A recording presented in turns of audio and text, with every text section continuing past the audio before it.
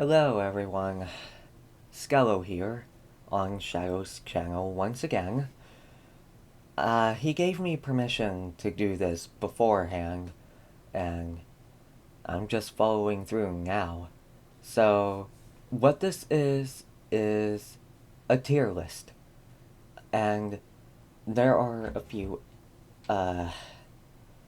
videos out on this currently that I have seen, either partly or fully, about the tier list, and they are of Final Fantasy Tactics Advanced 2 races and jobs, what they can do, what abilities they bring to the table, and so forth.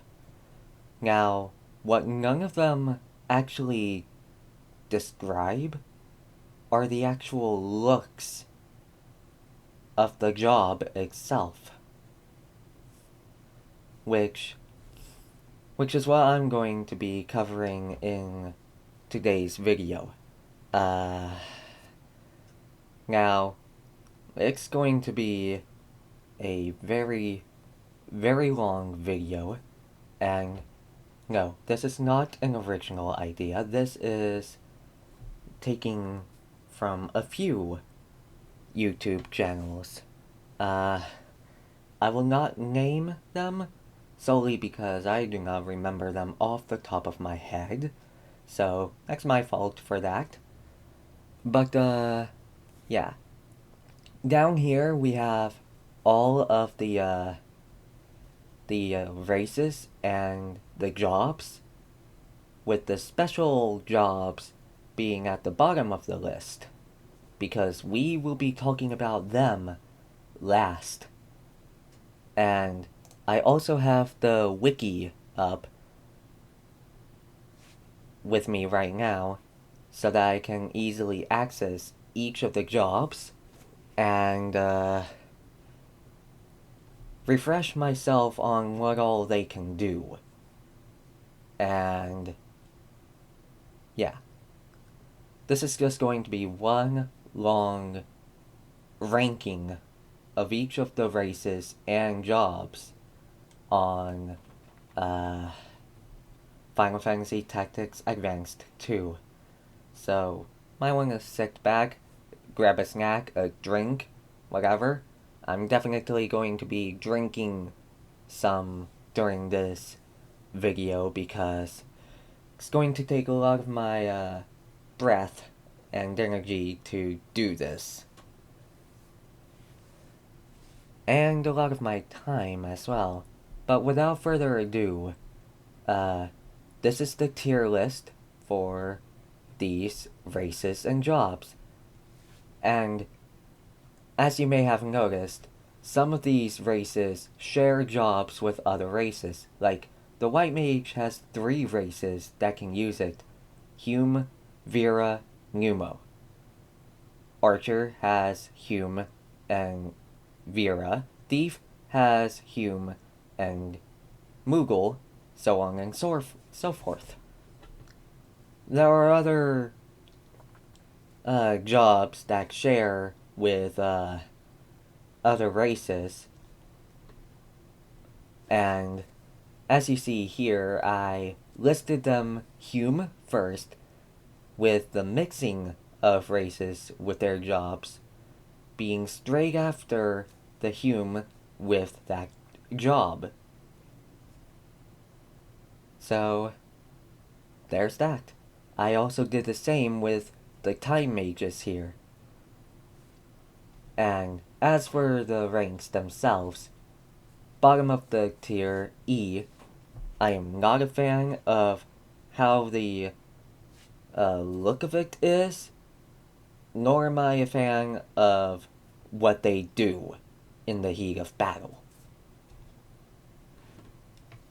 D is just, like, very low tier. I wouldn't see myself using these. I mean, I have probably used a lot of them in, like, nearly all my playthrough of the game, but that is because I hadn't quite discovered the other classes. Like, for example, I used the soldier throughout the entire game without multi-classing. And then I discovered paladin, and I've now swapped to fighter in my playthrough. And in my opinion, these two classes are arguably better than the soldier. And if you see any of the other tier list videos about this, you'll understand my stance on that, as for those YouTubers that made them, I agree that the soldier, especially being a base class, is not so great compared to the likes of fighter and paladin. We will cover all of that in this video. So, yeah. We're already 6 minutes in, so without further ado, let's get straight into it, starting with the soldier. Now, the abilities that I'm going to take into account are its action abilities, the reaction abilities, and the support abilities. And I stated this before, but I'll also consider how the class looks. And yes, I may say class a lot more than job here, because I'm more used to saying class, because really that's all a job is. It's a class for a unit. And yeah, and each of the classes have their specific requirements to upgrade. But yeah, without further ado, we're starting off with soldier. Now, their power isn't all that great, and taking a quick look at their stacks, they do have good health growth, above average attack and defense, which, granted, is good for a melee class, but it is, it's basic, and there are definitely better out there. Taking a look at the action abilities, the soldier can restore its own health, lower attack, magic, deplete MP, lower speed, and they can also surprisingly do something with what a thief should do, which is mugging someone of their gil. They can also provoke, which is always good, especially against enemies that love to use statuses, especially the Ahriman. The Ahriman are just one-eyed demons that just look at you in the eyes and you're statused.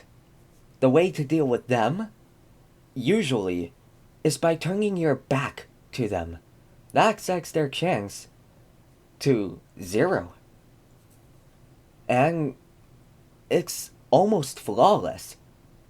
I say almost flawless, because the Ahriman can just position itself to where it's facing you, get in front of you, direct line of sight, no way to avoid it.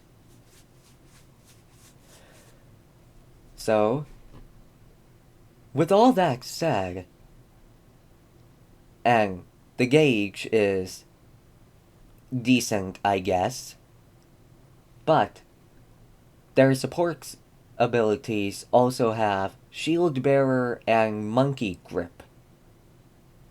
Now, that allows them to either wield a two-handed weapon with a single hand, or enable the user to equip shields in any class of their choosing, regardless of whether that class can normally equip shields or not. And for me, I specialize in damage and making sure I don't take so much damage. So things like Protect and Shell are pretty much boons for me. And, yeah. But I'm going on a huge tangent, so let me actually rank this now. I'm going to say that for a starter class, it is mediocre at best. So, yeah. With all the soldier can do, it's not that good, but it isn't all that bad either, as you can definitely grind levels in it for stacked growths and whatnot. Next up we have the White Mage, which White Mages are the standard healing class of any Final Fantasy game. And if you essentially don't have a White Mage or someone who can heal you in the midst of battle, and you're facing a strong opponent, you're most likely going to lose that fight. You just better be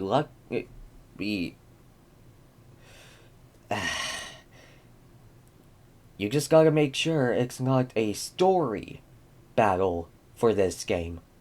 Otherwise, you're going to get a game over and will be forced to reload your last save state. Which you also gotta be careful about that. But this is not that video to be talking about that. Anyway, the White Mage. Now, also in terms of looks, the soldier does look pretty cool. And the White Mage, for Hume, it looks alright. I would have imagined the humans being female when they turned into white mages, but no, that is not the case. Nearly every human in the game, and I say nearly every human because there are some humans that are specifically women. The White Mage, for me, does not really resemble men calling. I mean, it is a good secondary ability for a male melee unit. But, yeah, in terms of looks, the Hume White Mage, if this were going solely in, looks, this would tie with Hume. Vera would be A. Numo would be, D. At the highest. In my opinion. But we're also ranking based off of their skills and everything. Now, this also includes the stacks. And for a Hume White Mage, they actually don't have the best stacked growths whatsoever.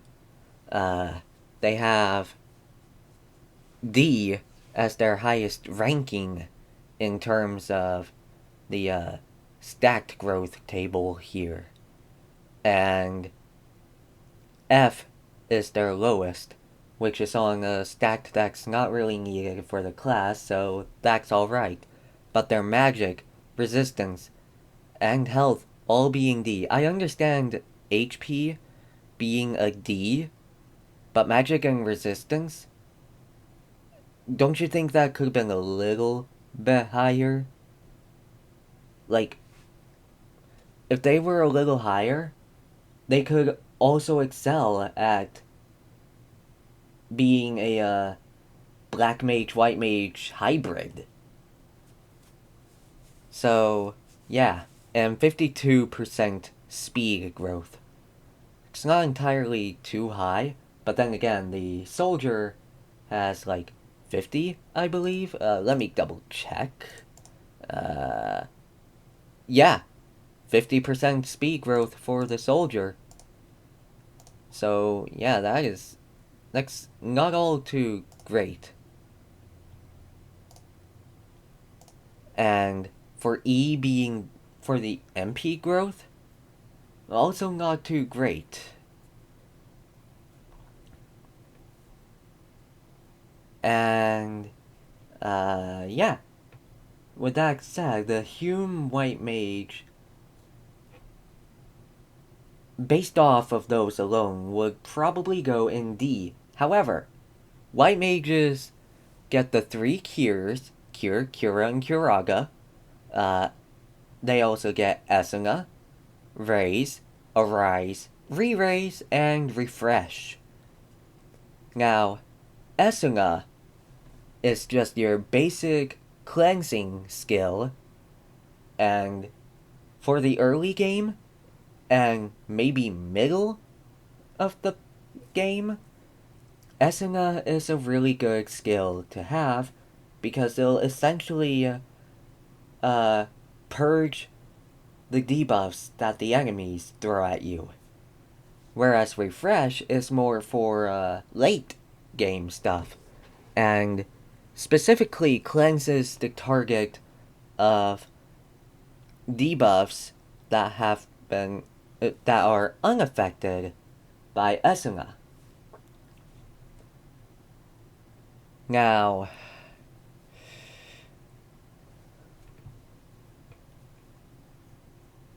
with this in mind, having both Esuna and Refresh on your White Mage is essential if you want to purge your unit of any debuff able. However, if a unit is afflicted with, like, Sleep and Doom, you definitely want to use Refresh first. I'm going on a tangent yet again. Let me get back on track real quick. So their support ability is also Turbo MP, which makes all of their spells cost twice the usual MP, but they are also much more potent. Now, you can combine this with clan privileges such as MP efficiency and MP channeling, with MP channeling doubling your MP growth per turn that comes up, which jumps from 10 to 20, so you can have the same effects as you were to if you didn't have Turbo MP on you. Whereas with MP efficiency, spells cost half of their power, but keep their potency. So you could run Turbo MP and do that clan privilege MP efficiency, and yeah, if your units need heavy healing, you can essentially cast a cure immediately, right off the bat, just like that, with that combination. However, you're not likely to be using MP efficiency and MP channeling all too much throughout the game, if at all, if you even get them, because you have to do clan trials to get them, and sometimes those can be tedious. Sorry about that, I had to wait for, some dogs to stop barking. Anyway, let's get back to the ranking. So, with all their skills, stacks, and other things in mind, the Hume White Mage is joining the soldier in mediocre. It is mediocre at best. You don't want to stay in these classes forever. However, you can run them for some time to get some good skills, and yeah.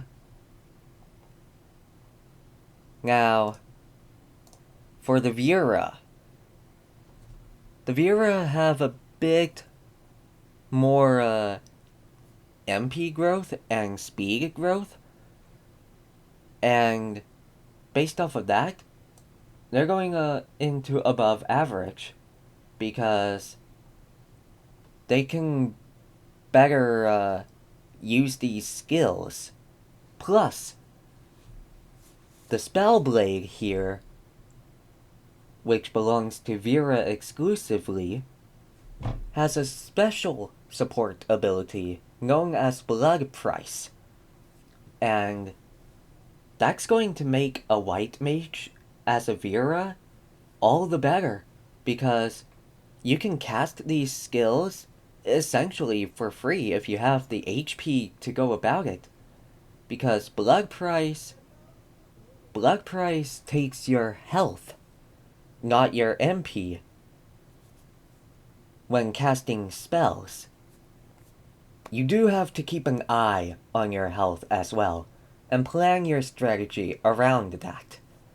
Because if you're too careless, you become a much more fragile unit. Therefore, you'll lose the White Mage. Now, with this in mind, with Blood Price especially, they can cast any of these skills turn 1 all the time, with just the caveat of watching out for their own health.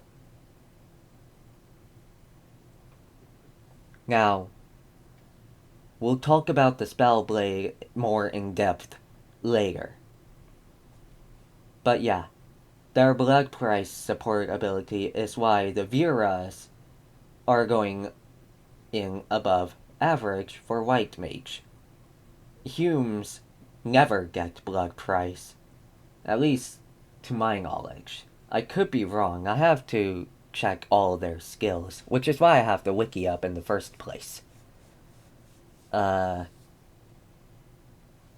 yeah. So, there's that.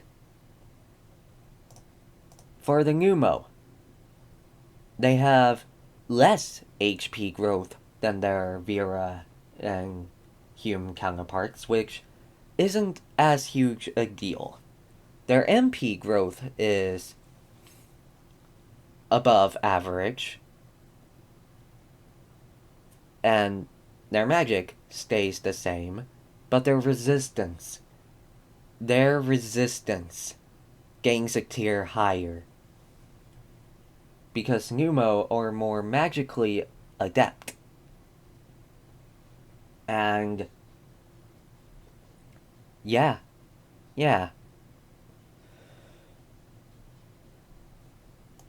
They're going to join the Hume in mediocre because there are better classes for the Numo race.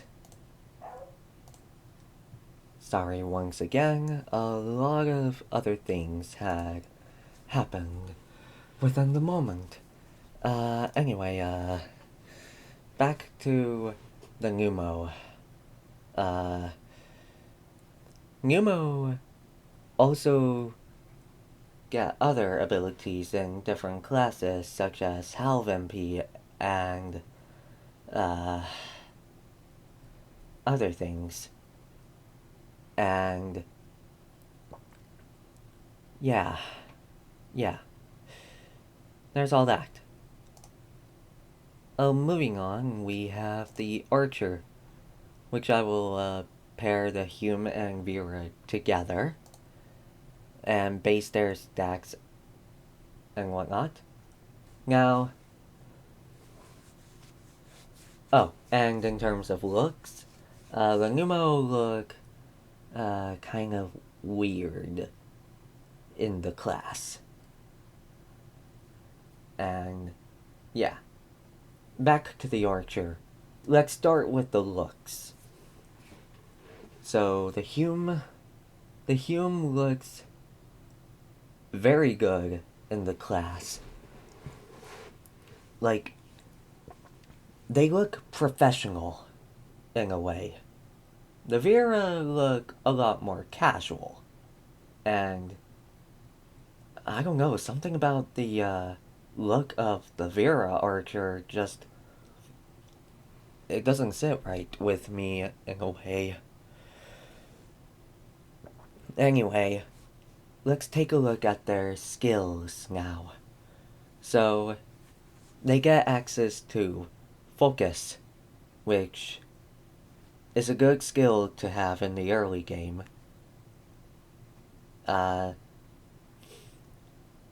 It musters user strength, which increases the next action's attack power, which you always want more attack power in a game like this, because if you can't kill your foe quickly, you're going to get debuffed pretty hard later on. And then they have 2 shocks, one for the leg, one for the arm, which can either immobilize or disable the target. They can also charm the target with Cupid, and they have a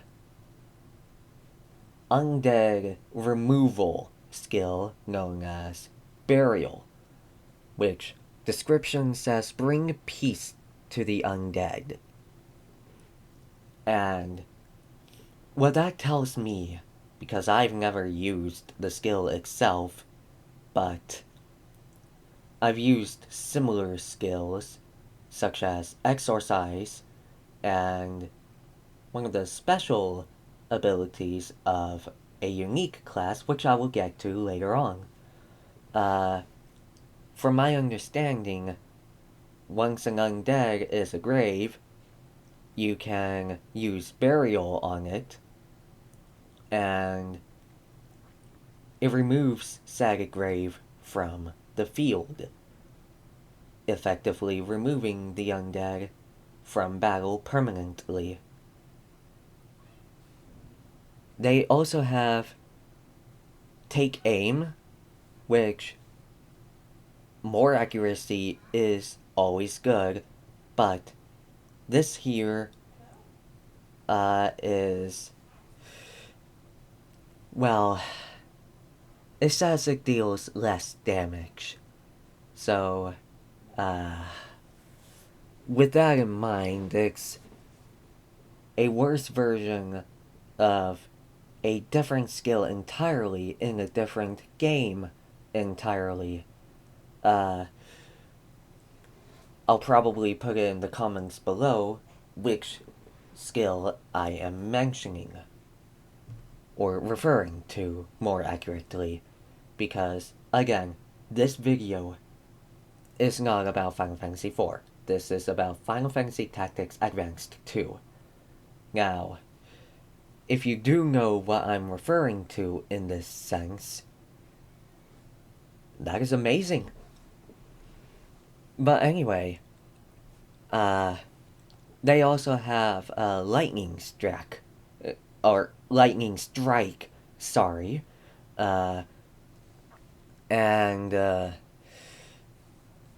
with it, it kind of works similarly to greased lightning and others of that type, which is a blindingly fast attack that negates the reaction abilities of other units. So, if you attack something and it has counter, you use lightning strike, and, well, you negate its counterattack, saving you from a face full of damage. And then they have Blackout, which targets the eyes of the target to blind them. Now, when it comes to immobilizing, disabling, and blinding, there are better jobs fitted for the role of those. And their reaction ability is Archer's Bane, which essentially grants them immunity to all basic attacks done with a bow and arrow. Their support is Concentration, which, again, it increases chance to hit, but unlike Take Aim, it does not deal less damage than if you were to use Take Aim. So Concentration is a direct upgrade, and you don't use an action to pull it off, it's just on you indefinitely. Granted, you can pair Take Aim with Focus, but who really is doing that? Wasting a turn to focus their attack and then focus their accuracy and sacrifice the attack at the same time. I would rather use the passive ability Concentration, use Focus, and then just attack. That's more damage, that is more accurate. Regardless, though, we now go over to their stats. And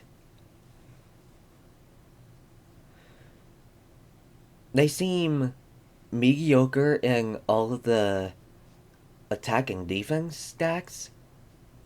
HP is the only good stat that there is, being at C tier, which means that they have a steady growth of HP, and their speed growth is 55%, which is higher than the other two Humes and the Numo already on the list.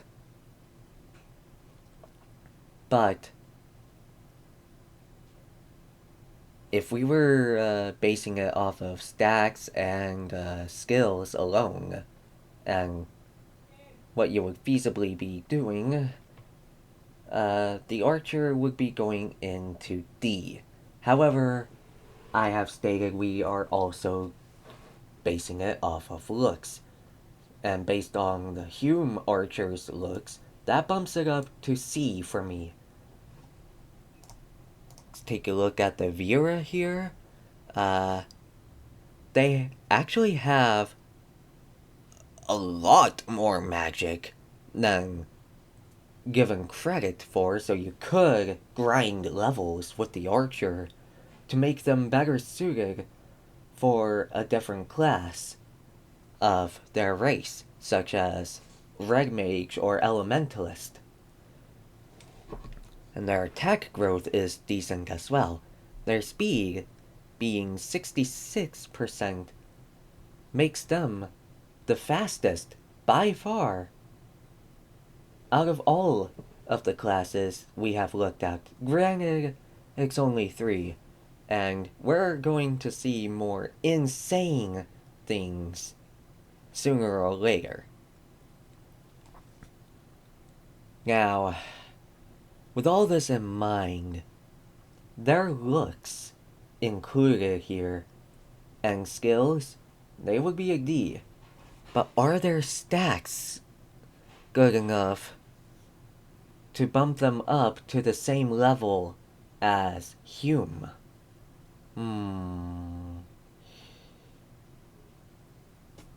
No, not entirely. Close, but not really.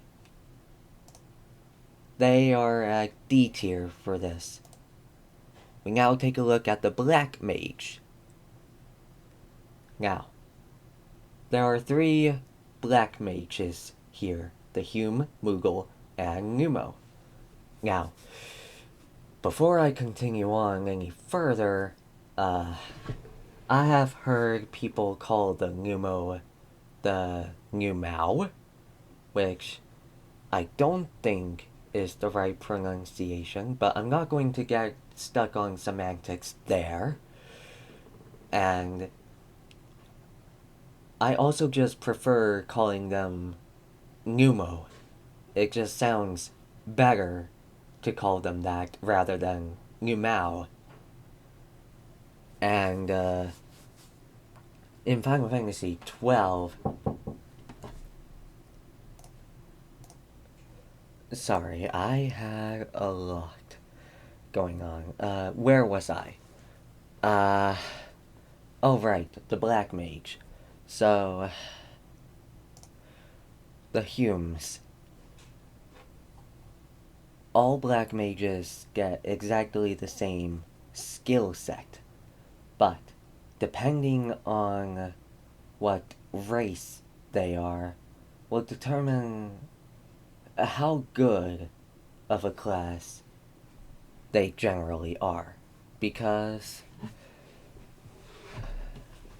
well, in a lot of cases, you're not going to be wanting to keep a unit in a single class for the entirety of the game. You want to multi-class into different jobs and get a feel for each of their skill sets, whether that be you using them yourself or your enemies using them against you. And from my gameplay, more often than not, I have faced classes I wouldn't even think of using myself and getting hit by their skill sets, such as the Blue Mage. And that would be with the Blue King of Singular, which, by the way, they do that whole series of quests very well. I like how they incorporated them, and it's honestly made me have a little soft spot and a lot of bias for one such combination, which I will talk about later on in this video.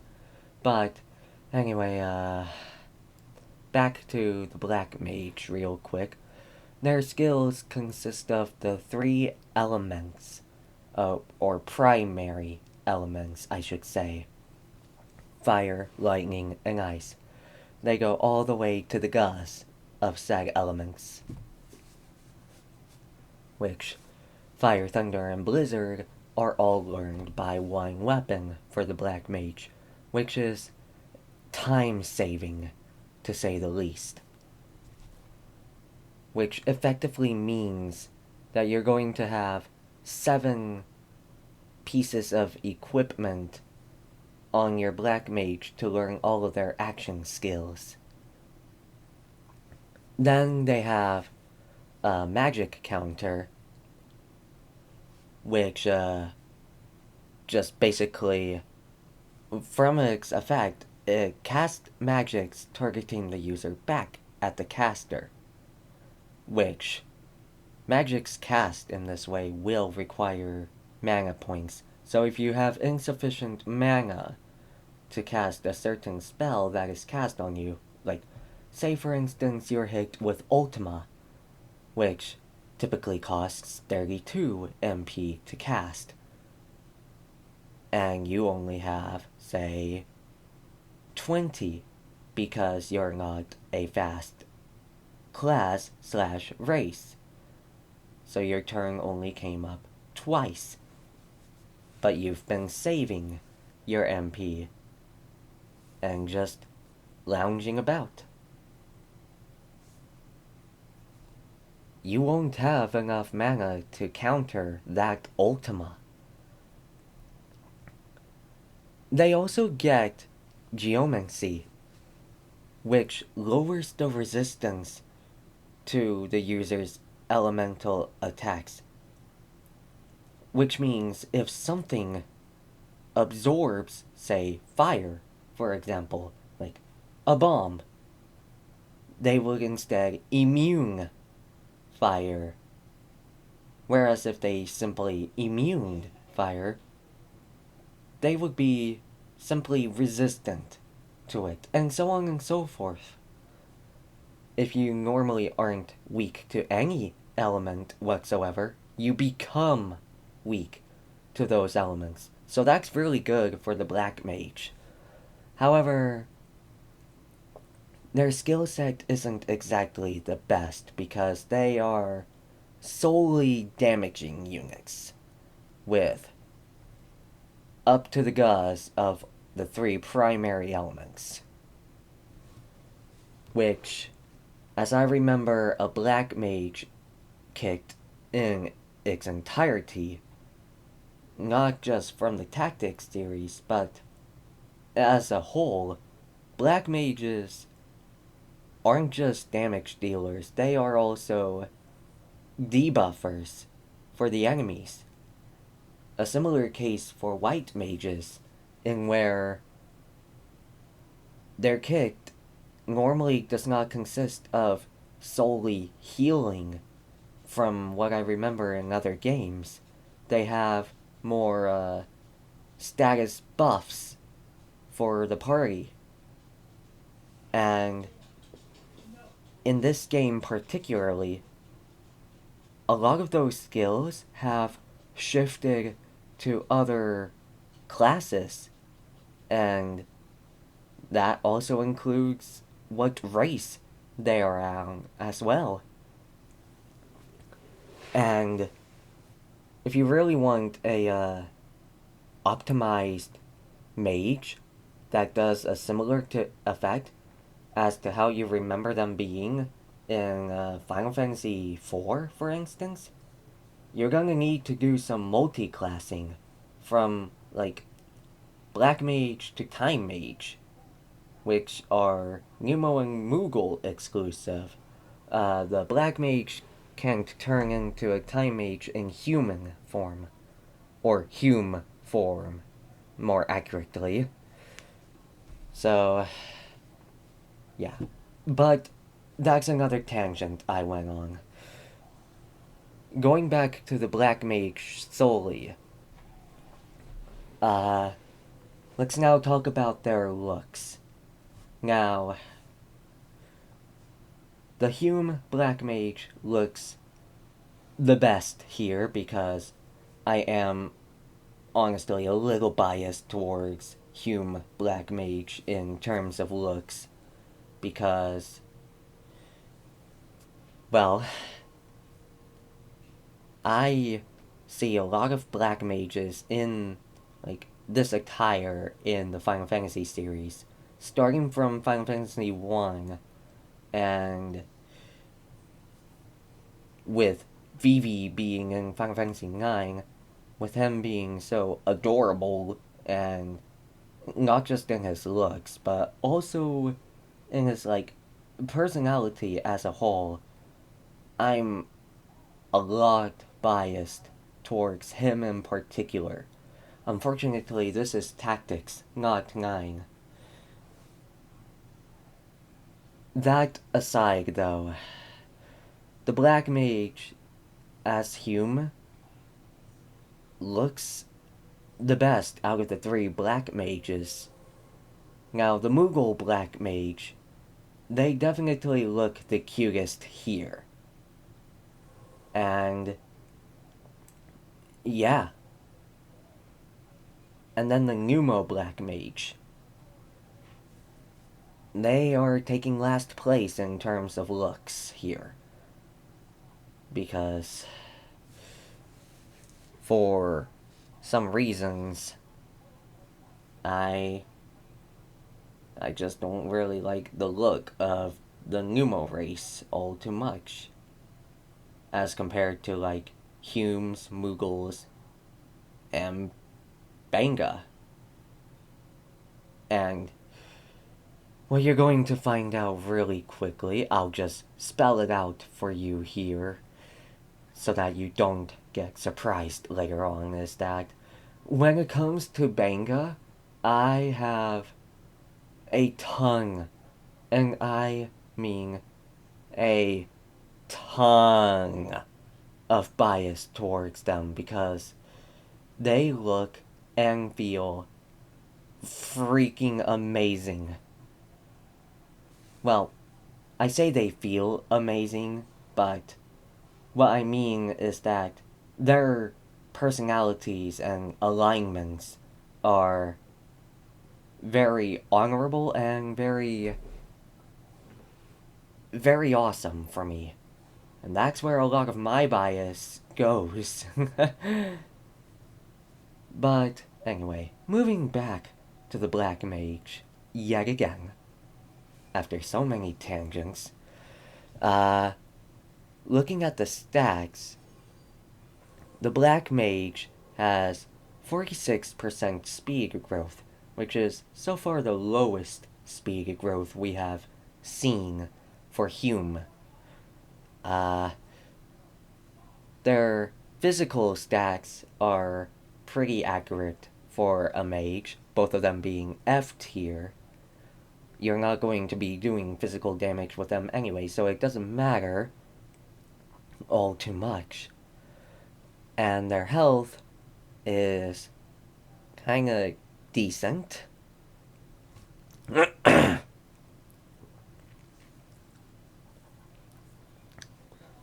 And we also have the magic stacks both being in B tier, which is outstanding for a mage class.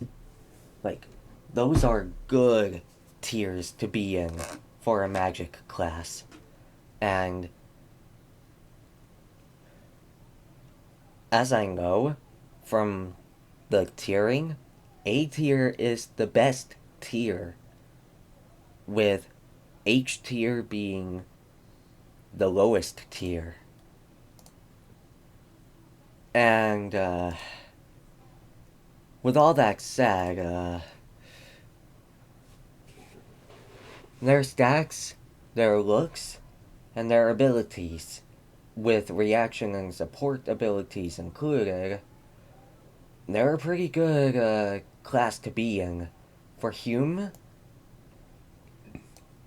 I'd put them above average, solely because of the looks. The looks are taking the cake here for me.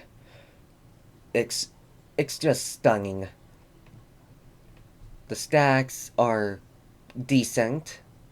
The abilities are great, even though they're all damaging. And then magic counter and geomancy. Like, the only drawback with magic counter is that you need the right amount of mana in order to cast that same spell back at your opponent, which isn't always going to be the case. And then there are a lot of skills in the game that don't take MP whatsoever, such as the blue mages. Well, actually no, disregard the blue mage. All of the skills it learns from monsters, many of them are going to cost some form of MP, so disregard that. But things like the white monk, using something like Air Render and Aura Blast, the black mage will not be able to counter stuff like that. And if you're banking on countering throughout the entire map, that's a bad setup. Not gonna lie. Actually, now thinking about it again, I think its magic counter drops it down to mediocre. But it's above soldier. For sure. Now, let's take a look at the Moogle. Now, skills remain the same. The look is adorable, and who wouldn't want a cute little Moogle, or as Mark or March? I forget the main protag name of Final Fantasy Tactics Advanced, the first one on the GBA. Anyway, he called Mont Blanc, who is also a Moogle, a stuffed animal. And who wouldn't want a living version of that on your team as a potent magic user?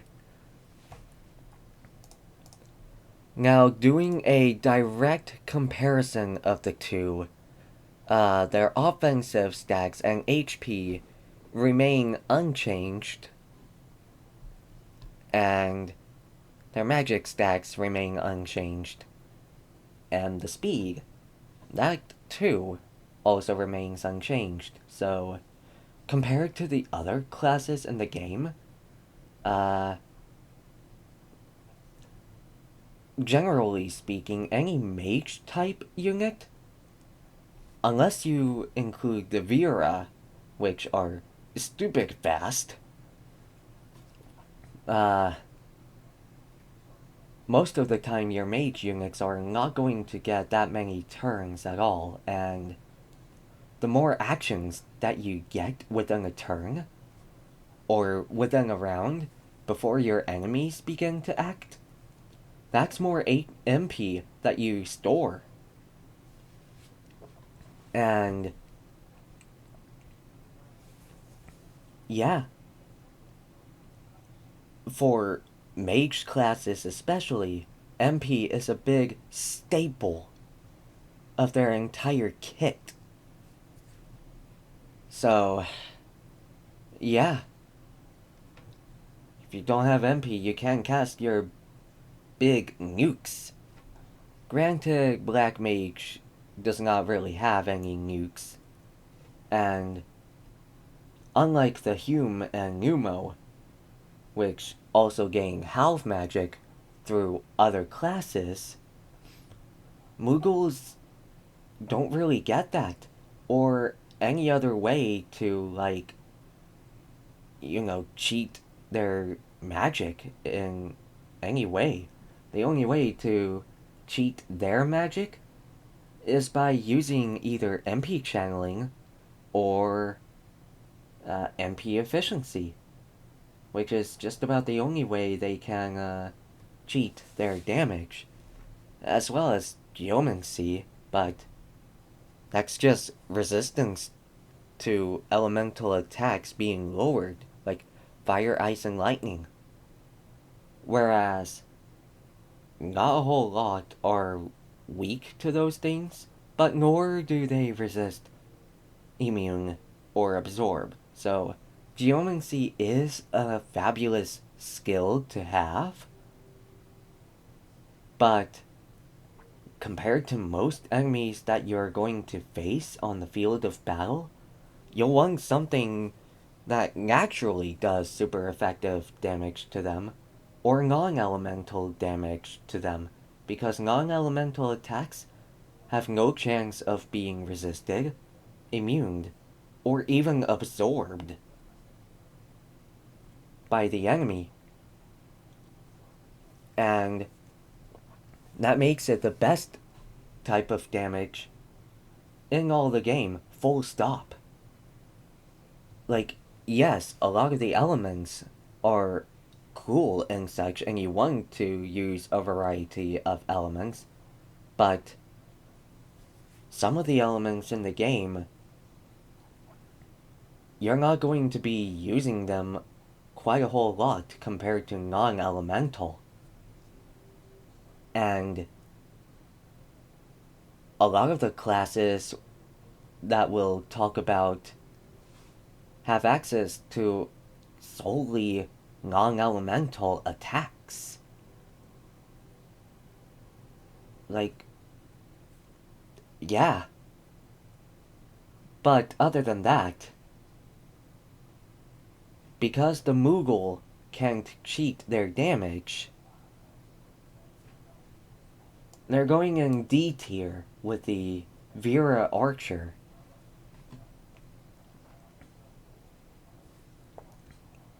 And it's they would be in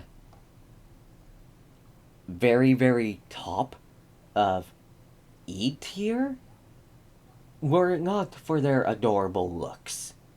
Their adorable looks bumps them up a stage. They're more adorable than the Hume, but the Hume definitely gets my win here. Plus the Black Mage can actually cheat their magic via support abilities from other classes.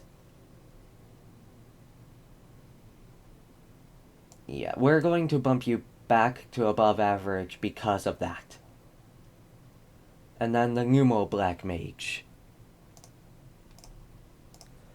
In a direct comparison, most of their stacks remain unchanged from the Moogle, and remain just a little higher than the Hume in its MP and resistance. Or not resistance, just MP.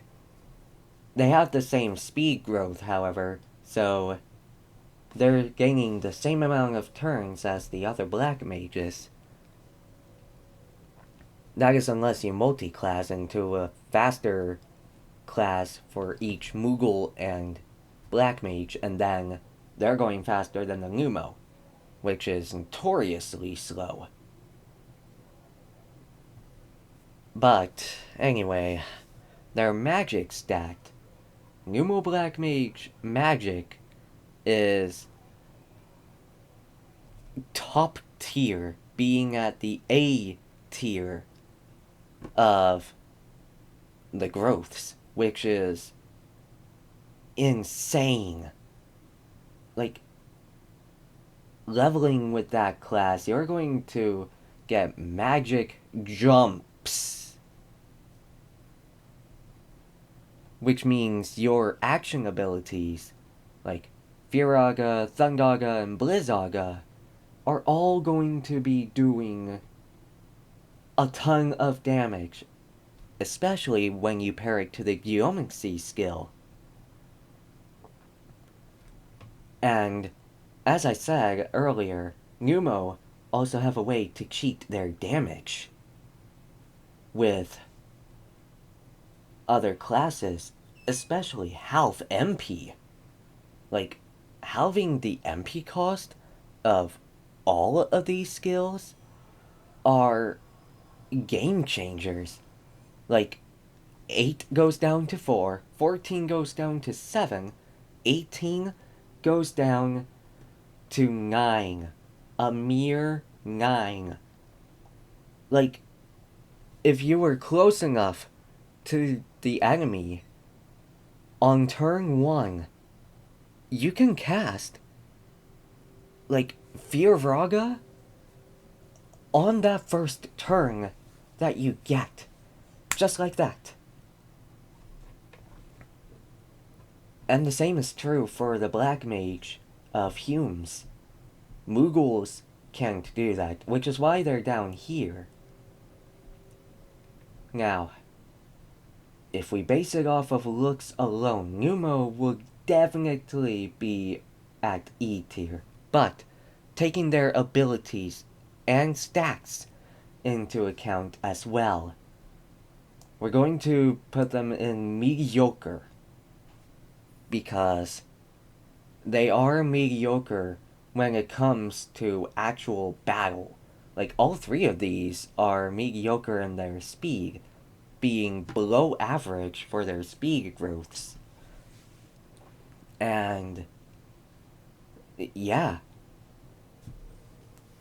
like, speed is absolutely a valuable skill, and having a fast character, much faster than your enemy, is always going to put more value for you, and for me personally, than a slower unit.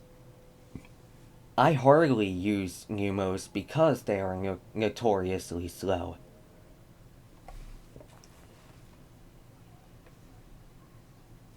And yeah, that's all I have to say for the Black Mage. And let me tell you now, this will probably be put into multiple parts at once. And I mean, it just depends on time, schedules, and all of that. Regardless, though, we move on to the Blue Mage, which, they have a bunch of skills that they can learn, which one of the most prominent ones you're likely to face is Roar. Like, I'm going to be taking from another video that talks about a tier list for Final Fantasy Tactics Advanced 2. Roar is everywhere in this game. Like, or anything similar to Roar.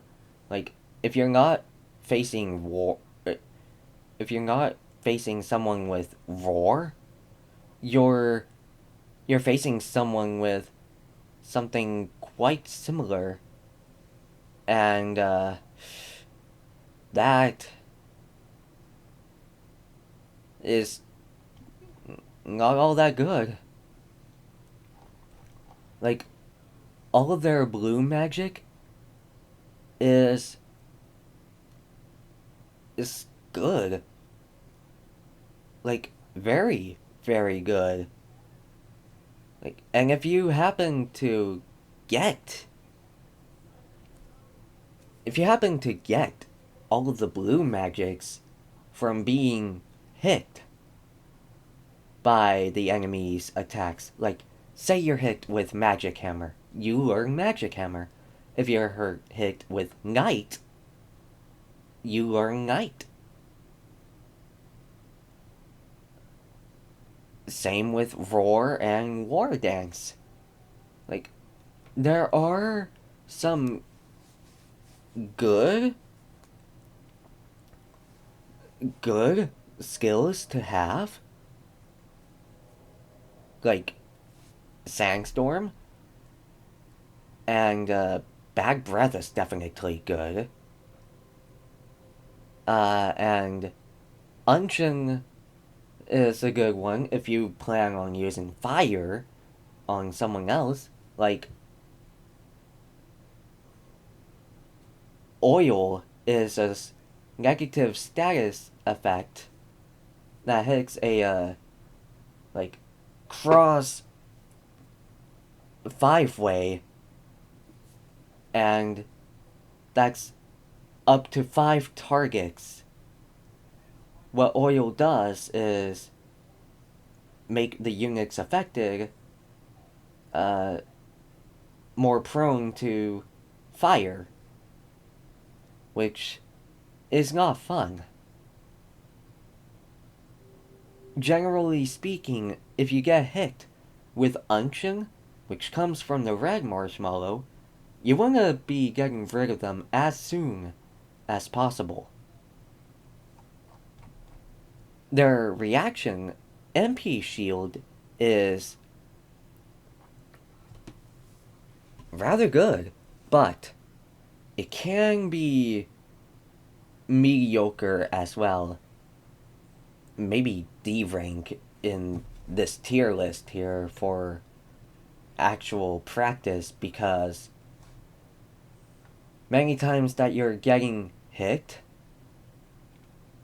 and you have some MP to spare, you lose that MP and like you become unable to cast a lot of these black-blue magic skills because you have MP shield and it depletes the MP that you have first. And more likely than not, that shield is going to be somewhere around like 10, maybe 20 MP that you have, which shields you from 20 points of physical damage that would be coming your way. Now, if you have a stupid amount of defense, however, you're only taking 1 damage, and then MP shield is more valuable then. But until you have that much defense, whether by leveling or by armor, you're not going to be having a whole ton of MP in order to do the things you want to do. So that's what's drawing this back for me.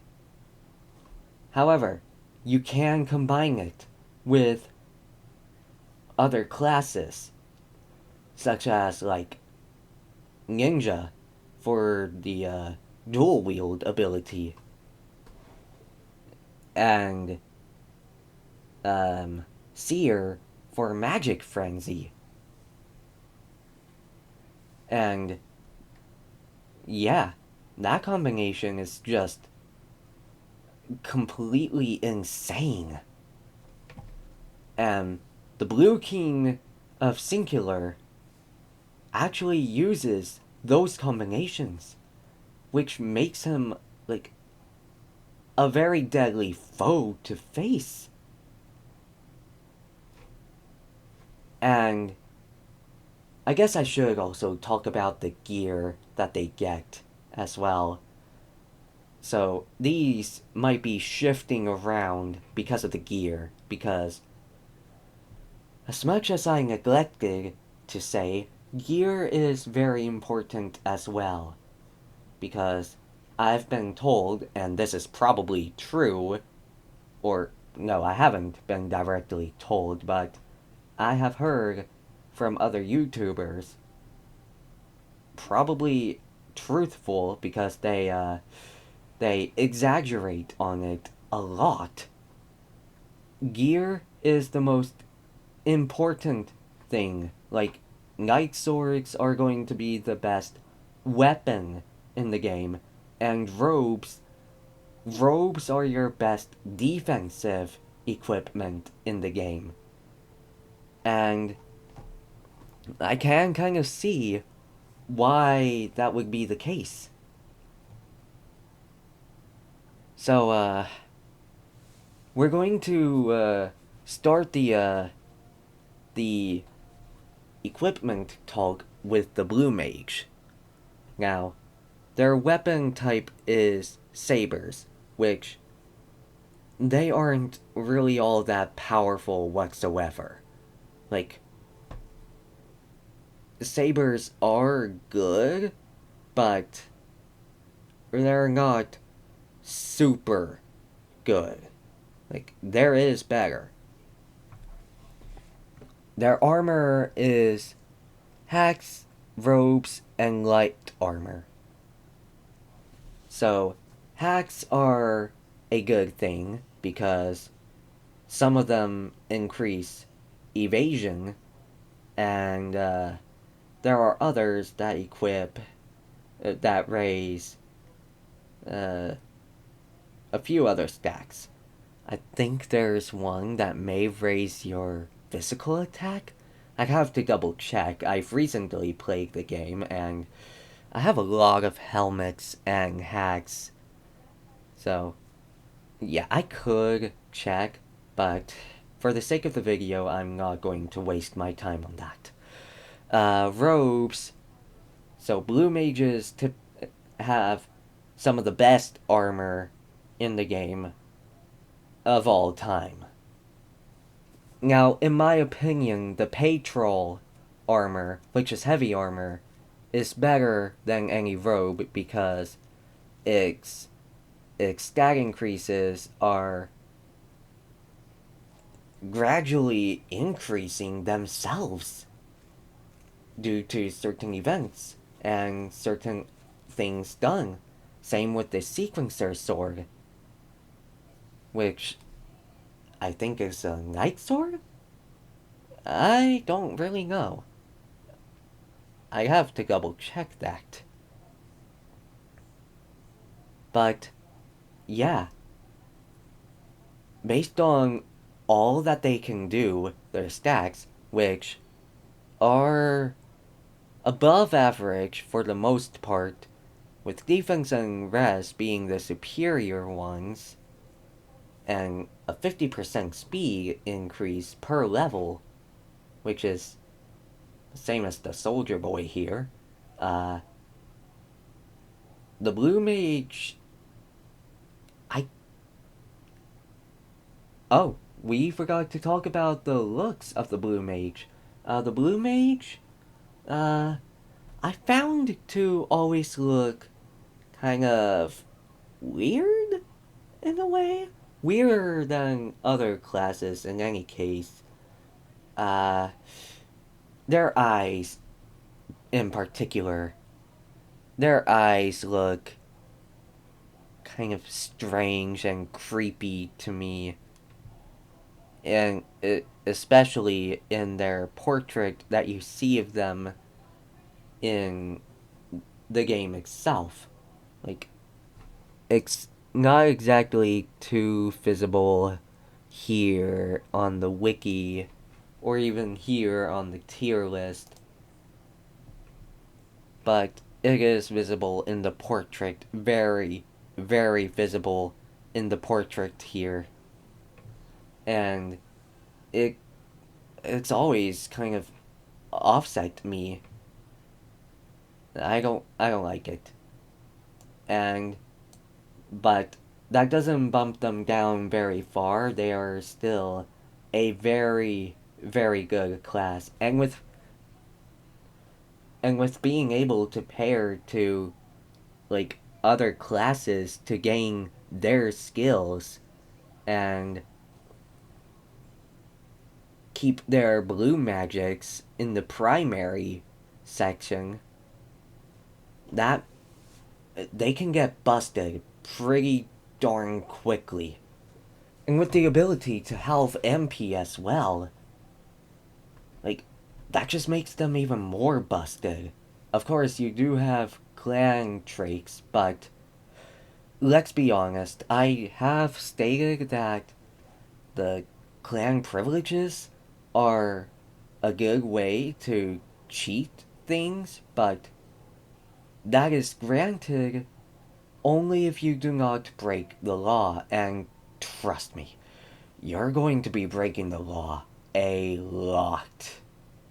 Especially if you're like 40, 50 levels above your enemies, which, at the point in the game where I'm at currently, my party is like around their 90s, and I am facing like level 50 enemies.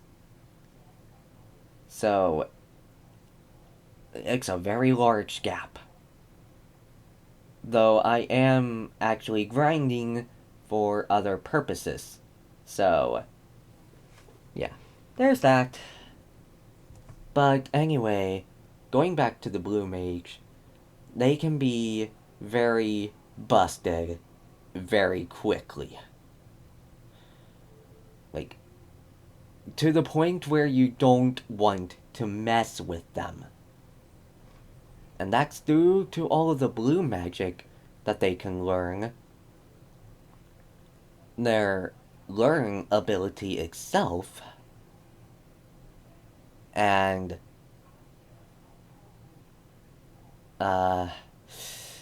immunity, really. Like, if you have immunity as a support ability for your blue mage, and you haste them, they're not going to be dispelled of that from Roar. Which, again, it's been stated that it's literally everywhere in the game. Like, there's no way to get around it. Like, I've already, in recent times, I've faced, like, that certain skill, like, 15 times? I could be exaggerating, maybe in the wrong direction as well. Besides the point, their stacks, their skills, their equipment, and generally their whole gimmick would put them in S tier because, gosh darn it, they are busted. Extremely busted. But their looks, their eyes, are what's putting them in A for me. Like, I genuinely find a bit of discomfort looking at them, and any sort of discomfort that I get from seeing a class in their portrait or artwork at all will knock it down a peg. So, yeah. For those of you who love the Blue Mage and are, like major fans of them, go ahead and chew me out in the comments below. I do not care. This is my final placement on them. Now, let's go back to the start with Soldier and take a quick look at their equipment. So, they get swords and great swords as their weapons, and typically speaking, swords are not all that great. You're more likely to be utilizing a sword just to get a certain skill that you may want to transfer over into an upgraded class. Great swords are two-handed weapons, which means you cannot use them unless you do not have a shield equipped. And for the start of the game, you better believe that you're going to have a shield equipped. Because without a shield, you may just essentially be, useless in the early game. You're more likely to die in any case. Well, I shouldn't say that you would be useless without a shield, because there are a ton of classes that don't use shields and are pretty good at what they do and good at surviving. So, shields aren't exactly the best. In fact, I think you can just omit them for the entire game and you'd be fine for the most part.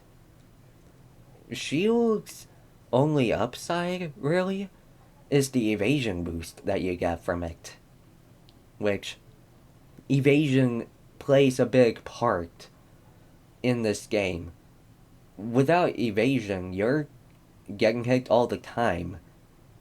And whenever you're asleep, stoned, or stopped, your evasion is 0.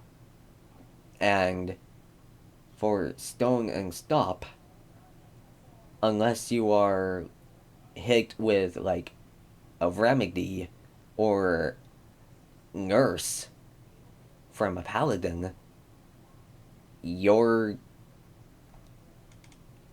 not going to be evading anything. And it's significantly worse if you're stoned, because all attacks that deal damage to you have a chance of shattering you to pieces, instantly killing you. Anyway, the soldier's armor options are hacks, helms, heavy armor, light armor, and shields. So, not the best, but certainly above average, because helmets are pretty good headgear to have, and heavy armor is definitely among the better pieces of armor to have. They're not robes, which are slated to be the best of the best, but it's a good substitute for until you gain access to robes via class change. And with their equipment options, I don't think soldiers changing from mediocre. I don't see it happening. And Light Mage, their weapon of choice are staves, which aren't,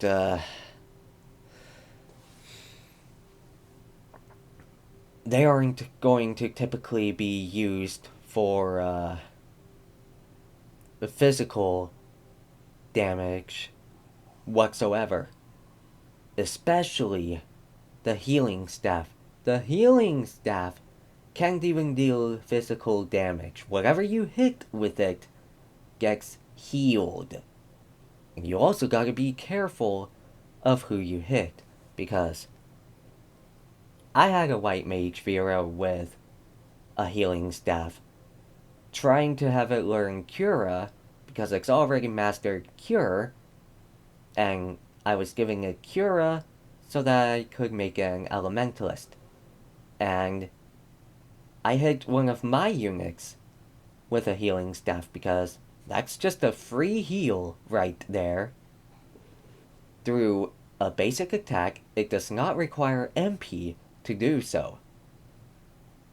However, the unit I attacked had a counter as their reaction, so I sacrificed some of my life by doing that.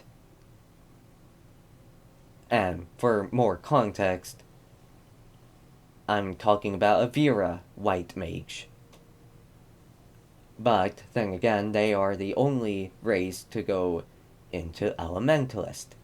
So that might have been obvious when I said I was trying to make it a Elementalist. So, yeah. But anyway, moving on. Their armor are hacks, robes, and light armor, same as the blue mage. So they get access to the best armor in the game.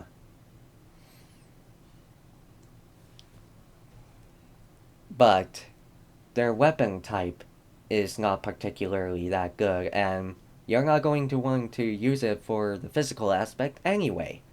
You're going to use it to master skills, so that you can get out of the white mage and go to a better class. Something that you actually want.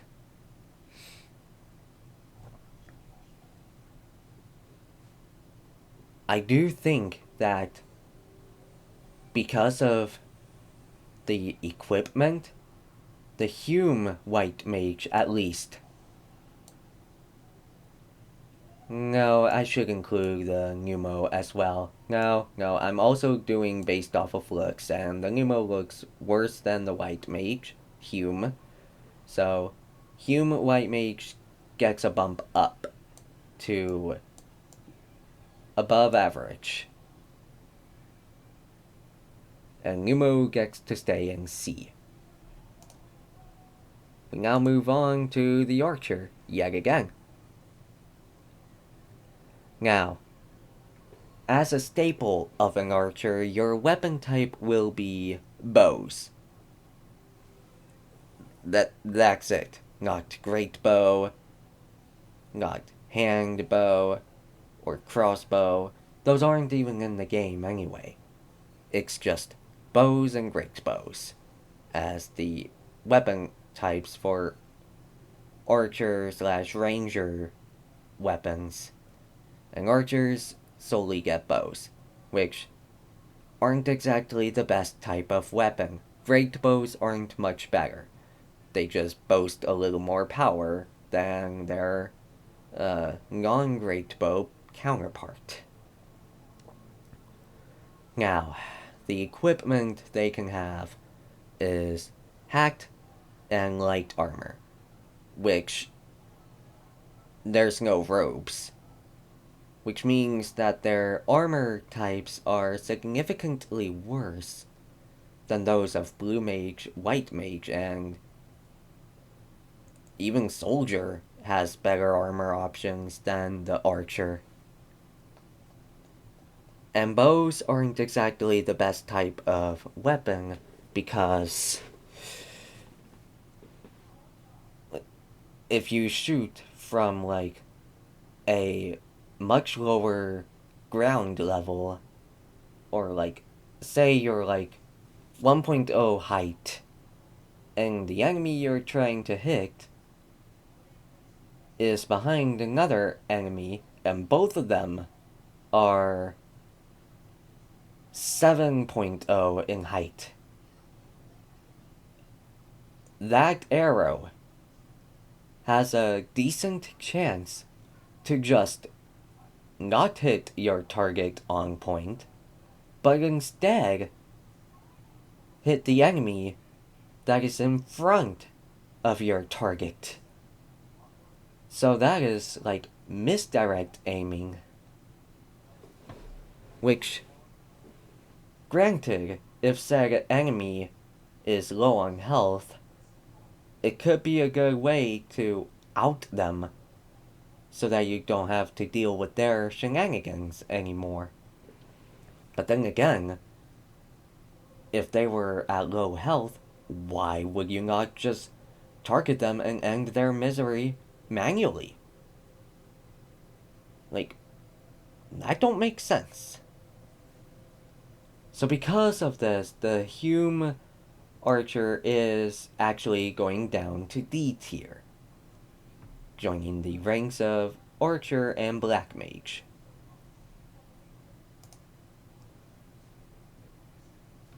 Or joining the ranks of its Vera counterpart, more accurately, the Moogle Black Mage, at least for now. Now we move on to the Black Mage itself. Their weapon type is rods, which, like the staves, they aren't used for physical damage. You're going to be using them to learn the skills that you want, master them, and switch to another primary and have your skills that you learn with a rod as a secondary ability, so that you can have both a good offensive option and a good, like, say, status option. Like, good physical and good magical at the same time. Their armor are hacks, robes, and light armor, which the fact that they have robes means that they are pretty superior in armor. Due to this, the Moogle gets bumped up, and so does the Numo. Solely because of this, the Hume it does not exceed into very good. They're above average. Still.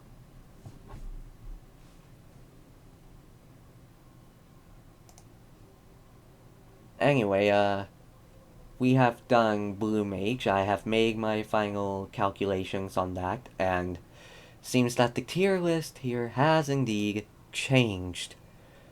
Oh dear, we're already an hour and 30 minutes into this. That's actually pretty insane. Didn't think I'd be taking this long on it. I suppose I can, finish up the Humes real quick, as well as the, Numo and Gria and the new Moogle that goes with the Hunter, Illusionist, and Thief, respectively. And then, I might call it for the night, as it is late here, and I do not want to spend too much time tonight just making a tier list video. But, yeah. Moving on, we go to Fighter, which their design, I don't really like their, design of helmet. It looks kinda strange to me. And, their color schemes. It could be better. Other than that, they look pretty cool. And, yeah. We started with the looks. We're going to be going down from there. They have the highest attack tier growth, which is A tier. And it stands to reason that their magic is not going to be super great because they're frontline fighters, not backline supporters. But if you get hit with magic, be prepared to take a load of damage. Just as a,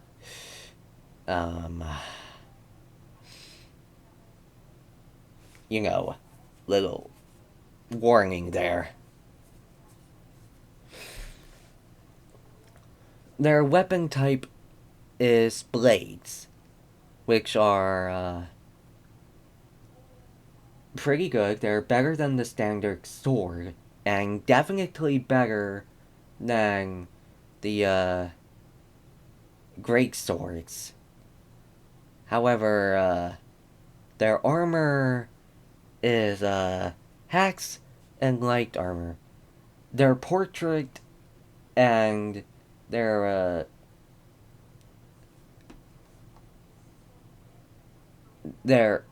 official artwork,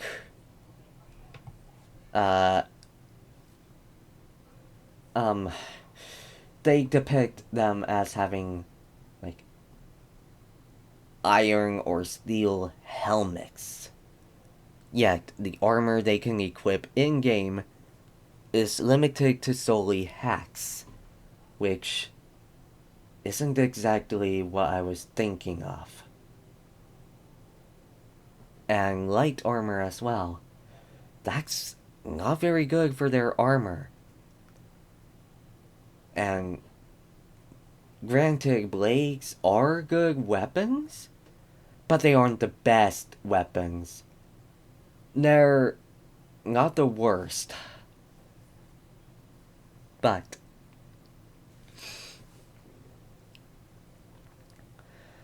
yeah, their equipment could definitely be better.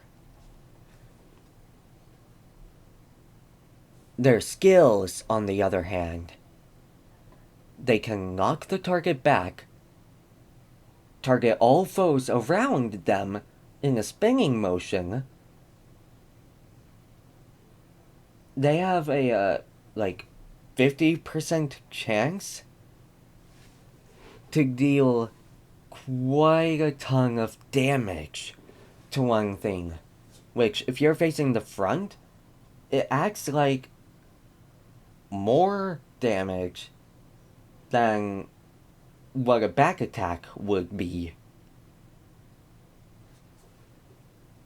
But when you do it from behind and use this skill, you're effectively probably doing around like 4 times the amount of a normal back attack if it lands.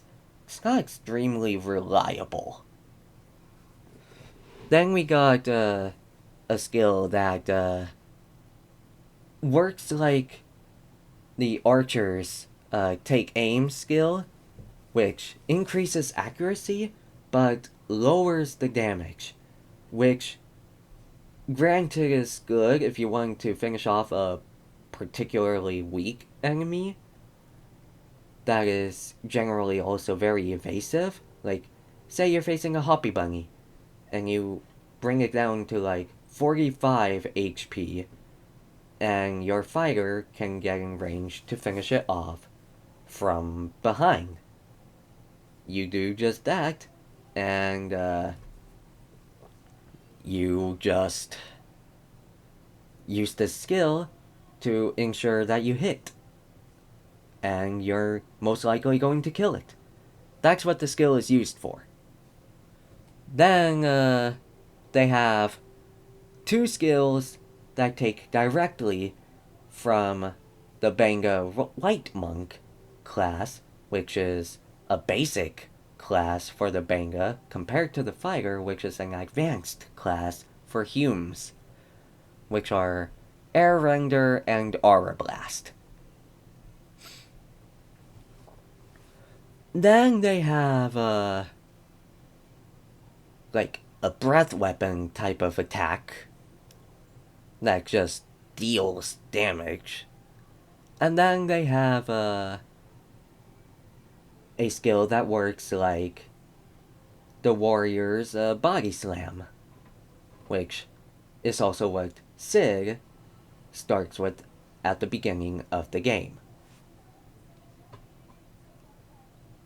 And again, the warrior body slam is a basic ability for a basic class compared to an advanced class.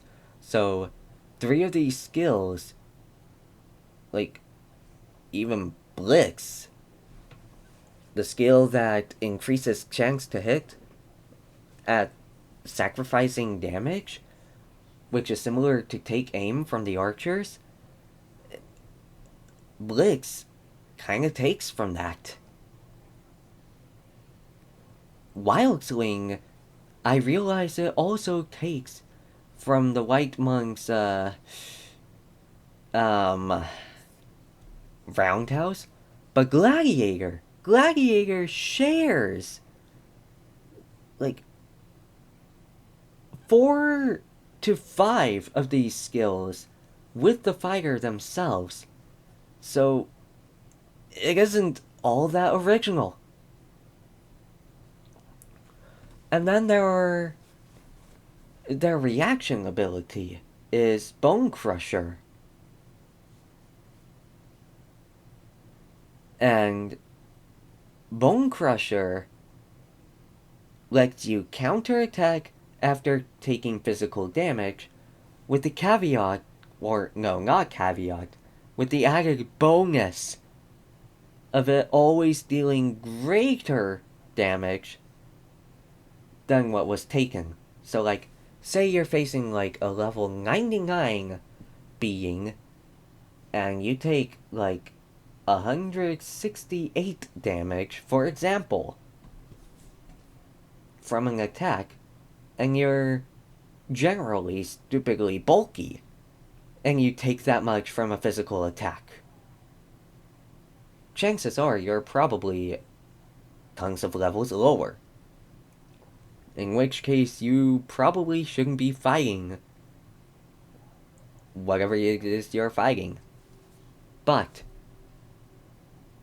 you're at least going to deal 169 damage to the attacker because of Bone Crusher always dealing greater damage than you take. Which gladiators, I believe, they also have Bone Crusher. And Double Hand. They both share Double Hand as a support skill. And it doesn't help that gladiators also use blades as their weapon type, which again is not the best weapon type. But taking all that into account and everything, their skills, their looks, their stats, and their equipment, the fighter,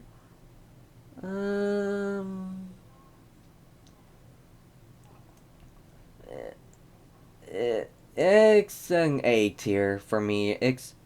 Yeah, it feels more like an A tier than it is a B tier. It's definitely higher than the mages here, and definitely much better than a soldier, in any case. Moving on, we are going to Hunter, which, for the Hunter, they share with Gria. And, like with all shared race classes, stats are going to differ. Now, their weapon type. Their weapon type is great bows and knives, which, same quip about regular bows goes to great bows. Like, if you're a lower height than your enemy, and a second enemy is directly in front of your target, your arrow has a more likely chance to just not hit your target and go towards the other enemy instead, which is not all too good. And then knives are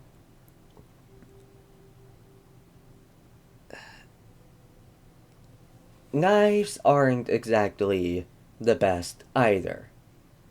Like, they're, in my opinion, knives are kind of worse than the standard sword. However, for what they are geared for, they do grant some good skills to certain classes that utilize the knives. But, again, talking about solely damage, they aren't all too good. Now, taking their looks into account, the Hume Hunter and the Gria Hunter. Now, the Hume Hunter looks pretty decent. Like, I'm not surprised that they are,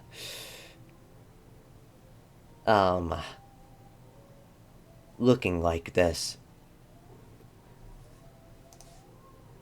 And for Gria, the Gria Hunter looks honestly better than the Hume Hunter, in my opinion, because, first of all, you've got horns on their little hat thing here, which matches with all Gria having, like, demonic horns. And then they have, like, bat or dragon wings on their backs, with, like, a reptilian tail coming out, like there's a lot to like about it compared to the Hume Hunter. Taking their stacks into account, they're quite mediocre. And with the HP being a C tier, it is above average, but you aren't getting a whole ton of it. And this is for the Hume. The speed growth is 65%. So, not the fastest, but definitely a faster class line, for sure.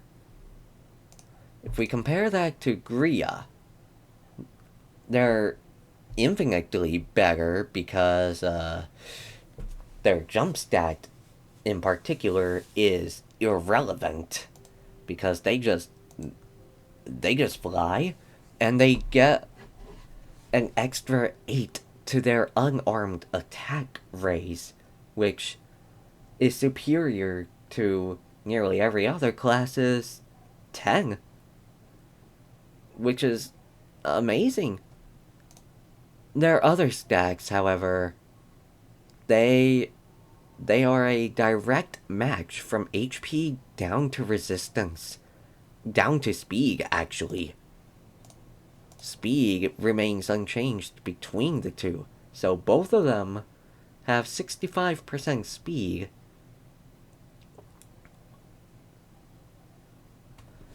Now, I know I talked about great bows and knives as their weapon types, but I completely glossed over their armor type, so let me cover that real quick. They have hacks and light armor, which is exactly the same as the archers, which is also the same as the fire. And it's not entirely too good for a hunter. Like, if they were able to use robes, that would be much better than light armor. Now, their skills. They have an AoE. They have they have something to force enemies to flee. They have something to help your allies score more crits.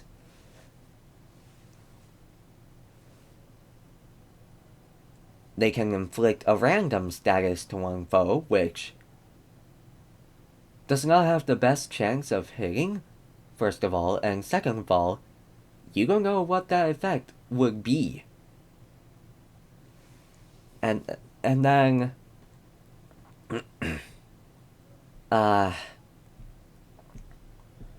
they have something that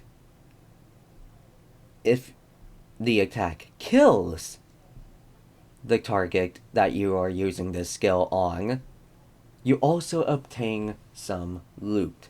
So, yeah.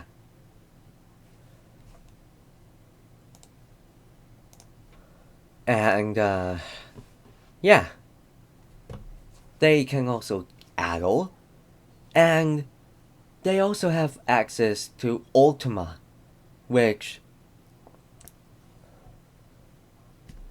Ultima is going to be your go-to spell once you gain access to it. Like, who does not want to, like, kill something with an extremely powerful, extremely awesome looking skill? And then the last skill that they gain as action is a powerful attack that deals additional damage to monsters. Their reaction is Regenerate, which is a pretty good skill to have, better than Absorb damage in any case, because if you have, like, say, 750 damage, and you take, like, say, 124 from an attack, and you have absorb damage, you'd be healing 12 from that. Whereas regenerate grants you regen after taking damage, and should your turn come up right after the enemy, that's 75 HP healed when you have 750 HP. And then their support is attack up, which is self-explanatory. They raise their own attack stat. Taking all this into account, looks, skills, equipment, and stacks, I am putting the Hume Hunter in above average and the Gria Hunter in very good, solely because of the fact that they both have access to Ultima, but Gria just looks better and has more mobility than the Hume Hunter does. So, yeah, that's all that. We move on to Illusionist, and I'm running out of time here. I'm probably going to do the Illusionist and Ninja as the last two for the night, and then just call it and pick this right back up whenever I can. Now, comparing the Hume to Pneumo Illusionist, this is the first Pneumo class line that I actually like more than the Hume class line. Because Pneumo look a little more adorable here, whereas Hume just looks pretty standard, almost like a priest. And I don't know, it kind of rubs me off the wrong way. But moving on to their stacks, it seems like they are pretty much the same on all accounts, except for the Pneumo's resistance being a tier higher than the Hume's, which is a good thing. Their weapon type is Rogs, which, again, you're only going to be using the Rogs to gain the magic that you want to be using. You can pair it up with a Seer's Magic Frenzy, and with Illusionist being able to hit the entire field, the Hume Illusionist paired with Seer using Magic Frenzy can do, like, a all enemy hit attack using one of their skills, and then straight after that, all enemies that get hit, or even targeted for that matter, get hit with a melee attack straight afterwards. It does not matter whether you hit or miss, a melee attack is coming into play here.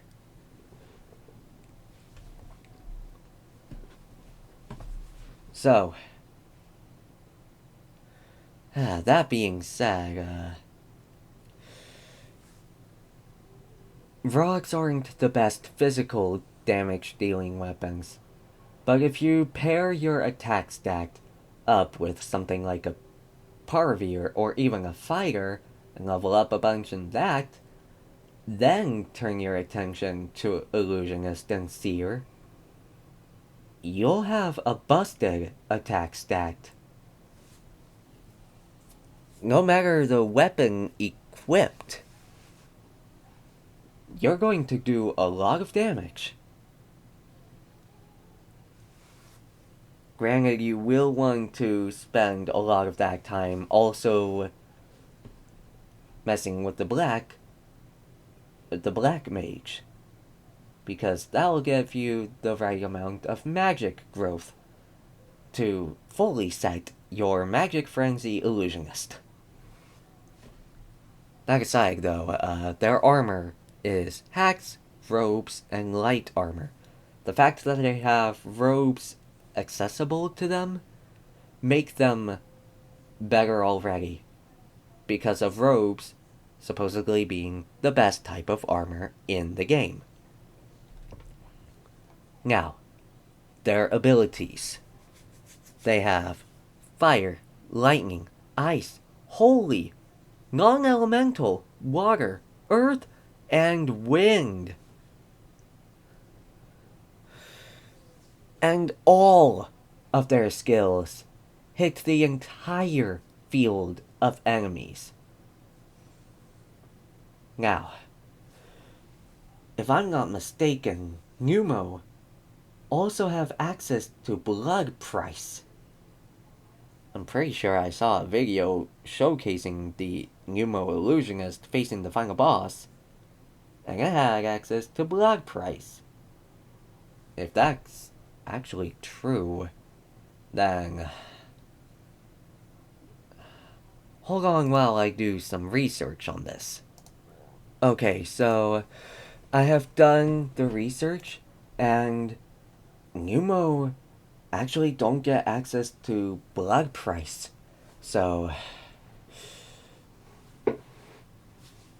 I don't know, it might have been hacked, the thing that I saw, or it might have been a different thing entirely that I saw using magic with blood price, because I know Vera get it through the Spellblade.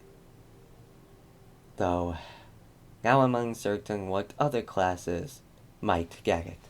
We'll figure that out later on. Maybe not through this video, because we are breaching 2 hours here. So, yeah. Anyway, back to the Illusionist. Their reaction is Absorb MP, which allows them to gain MP equal to the MP cost of attacks used on said unit, which is honestly a good thing because, again, without MP, you aren't going to be able to cast your nuke spells. And all of the Illusionist spells are nuke spells.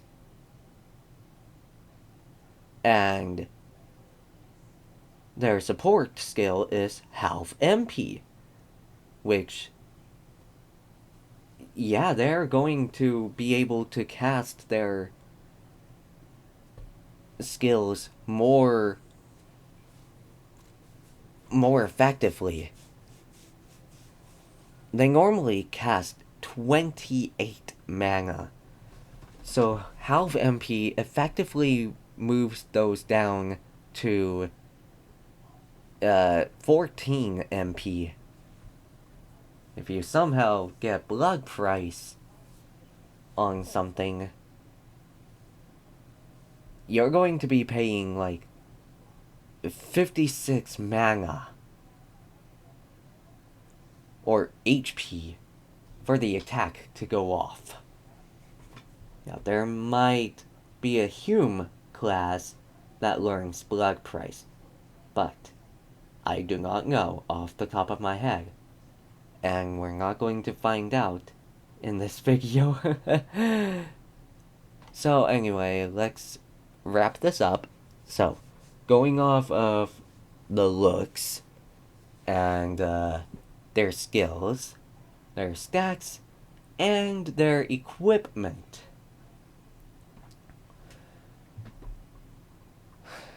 and the fact that the Hume illusionist can just pair up with seers to use magic frenzy while using their illusion skills. Illusionist for Humes is a top tier class, despite their looks. Pneumo, on the other hand, is still a very good illusionist based on their natural magic growths. And yeah.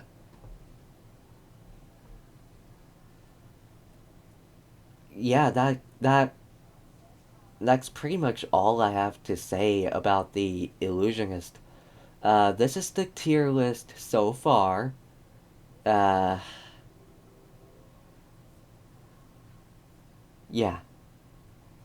So, what's going to happen next time is that, after I'm finished for tonight's recording, I will, take a screenshot of, this current list right now and, save it for the next time I record a video like this, and I will pick back up where I left off.